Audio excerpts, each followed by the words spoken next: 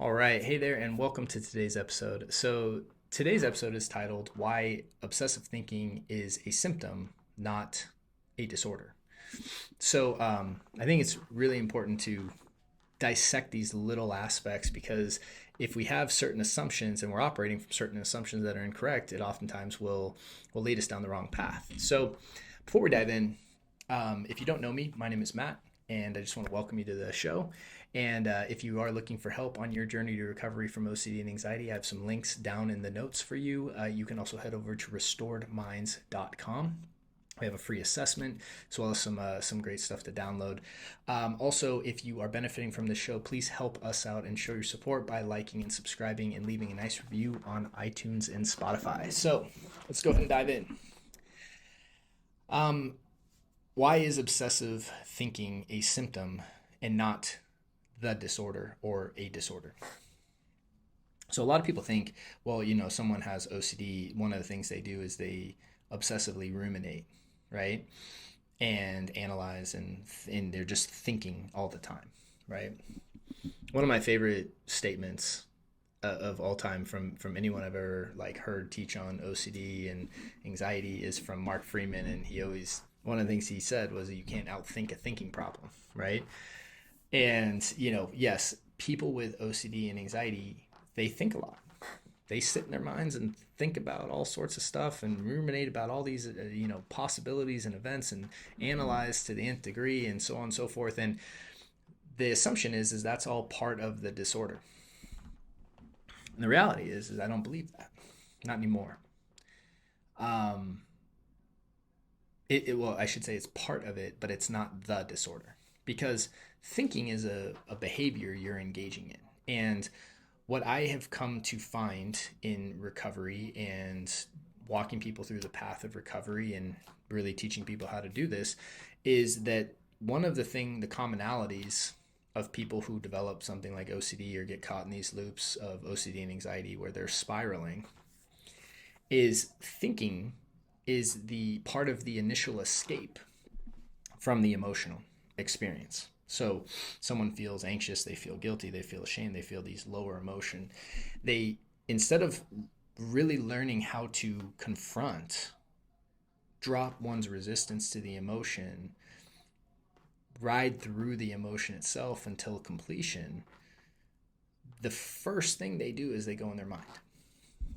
They escape. They feel safer in their mind than in their body. And the running off into the mind and thinking about it is itself the initial escape. And the rumination is what they're doing is they're attempting to ruminate and analyze and figure something out to make the feeling go away. So the overthinking, the overanalyzing, the, thought spiraling, whatever you want to call it, is a symptom of the problem of a person not knowing what to do with the emotion that happens. The emotion occurs, and the escaping in the mind is this pattern that the person engages in. And they have learned that gives them temporary relief from the emotion, so it's the compulsion. Is the compulsion part of the loop? Absolutely. It's the part of the loop actually that we actually can exercise control over, and really that's where we want to break the loop from. So getting in the mind all the time is not the issue itself. It is what you're doing, as in which the real issue is your resistance to the initial experiences. So there's this unconscious or conscious resistance to the experience of the initial thought or the initial feeling or both. And then the escape is going into the mind and ruminating, analyzing, spending time up here because I want to do this and figure this out and solve this, and up here so I feel differently. So I feel safe. So I feel in control. So I don't feel uncertain. So I don't feel whatever feeling it is that person's running from initially. And when you understand that the obsessive thinking, right? So this is where people interchange these words and things get confusing. And I made an episode on this recently on the difference between an obsession versus obsessing. And what people will say is, oh, this person's obsessing. So OCD, like the thinking, the obsessing, is part of the obsession part of OCD. And it's like, no, the obsession is the initial thought, the initial fearful thought, oftentimes, and that there's an underlying emotion even underneath that, right? Or the initial assumption or belief or all of that, right? The fear kicks up, and the ruminating, I don't like calling it obsessing because I think it creates confusion. The ruminating, the compulsive analyzing, the constant thought spiraling and thinking is the compulsion, the safety behavior, the thing that person's doing in response to the initial resistance of the thoughts and feelings.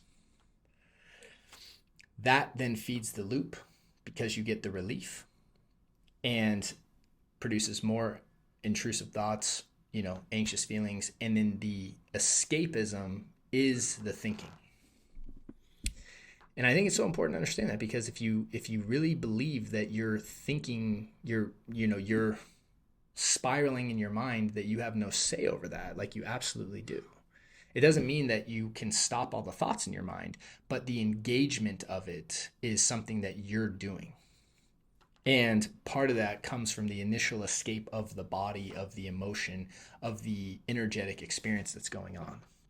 So I wanted to clarify that, and again, just express that idea in the hope that it helps shine some light and clarity on why thinking and overthinking and analyzing is not the disorder or the problem.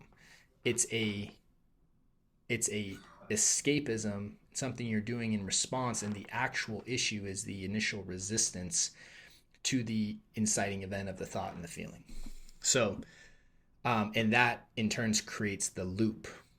And the longer you're in that loop, the more disorder is created in your life, because it creates an endless spiral that self-perpetuates. So the ruminating is not the problem. It's in the sense of the thing you're trying to, it's not the cause, is what I'm trying to say. The cause is the initial resistance, and it's the compulsion, right? And so I hope that makes sense. And with that, wishing you all a great week and a great day, and look forward to seeing you on the next episode. Hey there, thanks so much for watching that episode. If you found it helpful, we have some links to some other episodes that we think you might like as well. And if you're looking for help on your journey to recovery from fear, stress, and anxiety, either check out the links in the notes or head over to restoredminds.com. Thank you, and talk to you soon.